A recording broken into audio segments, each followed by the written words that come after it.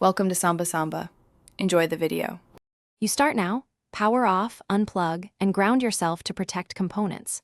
Once done, open the case and photograph cable and card positions so you can reverse changes without guesswork. Next, remove the GPU carefully and inspect the shroud and fan hubs. Dirt often hides in tight gaps. Use compressed air in short bursts and cotton swabs with isopropyl to clean fan blades and heatsink fins. Make sure to avoid spinning fans too fast. Stabilize the hub while cleaning. You now focus on control. Update drivers, and if applicable, the GPU BIOS to eliminate firmware noise behaviors.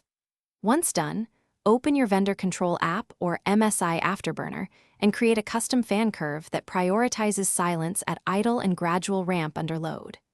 Reduce maximum fan RPM by about 10 to 20% and increase the temperature target a few degrees to avoid sudden full-speed spins. Make sure to test with a stress run and watch temperatures.